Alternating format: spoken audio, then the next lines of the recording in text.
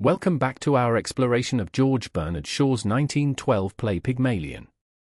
In Act 1, we were introduced to the spirited flower girl Eliza Doolittle and the arrogant phonetics professor Henry Higgins, whose bet with Colonel Pickering to transform Eliza into a duchess by training her how to speak elegantly sets the plot in motion. Now, in Act 2, the experiment begins. Let's dive into the characters, scenes, themes, and literary techniques that make this act so compelling.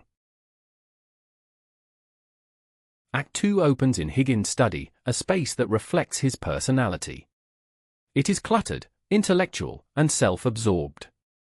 Eliza arrives, determined to improve herself by taking speech lessons. Her boldness in seeking out Higgins clearly shows her ambition, but it also highlights her naivety and vulnerability. Shaw uses this moment to underscore the power imbalance between the two characters. Higgins, the privileged academic, comfortably off and clearly not in need of money or material things, and Eliza, the working-class woman who has come to him seeking a better life through education. Higgins' treatment of Eliza is dehumanizing.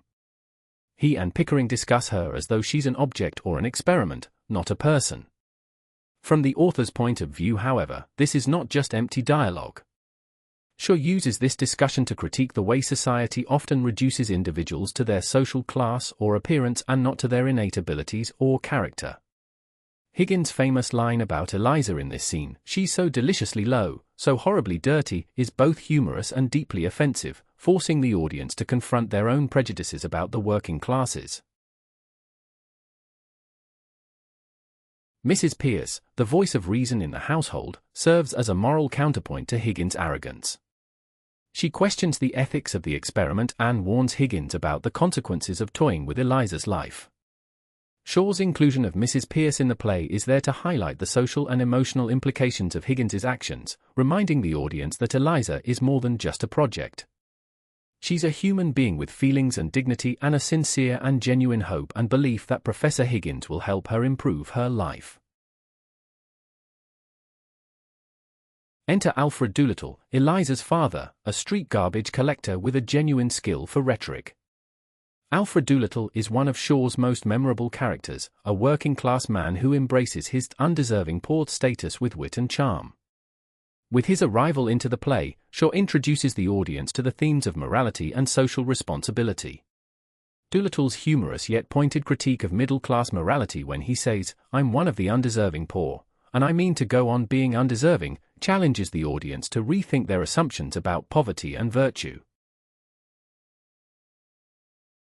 Higgins agrees to take Eliza as his student, though Mrs. Pierce is unhappy at the decision. As Act 2 progresses, Eliza's transformation begins. Shaw uses this moment to explore themes of identity and self-worth. Eliza's decision to stay with Higgins, despite his harsh and belittling treatment, reflects her desperation to escape poverty. However, it also raises questions about the cost of such a transformation. Will Eliza lose herself in the process of becoming a duchess? For now, Shaw leaves this question unresolved, creating tension and anticipation in the audience for what has yet to be revealed.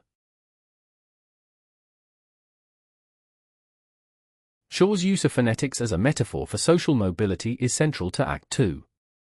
Higgins's lessons with Eliza do not start well, and it is clear he has taken on quite a challenge. Nevertheless, we the audience can quickly see that these lessons are not just about changing Eliza's speech. They are about reshaping her identity. Because it is becoming more and more evident that Shaw critiques the idea that language alone can elevate someone's social standing, suggesting that true transformation requires more than just superficial changes. Rather, Eliza's journey is about what she can take from education and how it will impact upon her own self-discovery. Thus, the act ends on a note of uncertainty, as Eliza begins her journey with what appears to be no guarantee at all of any measure of success. Act 2 of Pygmalion deepens the play's exploration of social class, personal identity, and transformation. Shaw's sharp dialogue and biting social commentary are now on full display, as are his complex characters, each with their own investment in Eliza's future.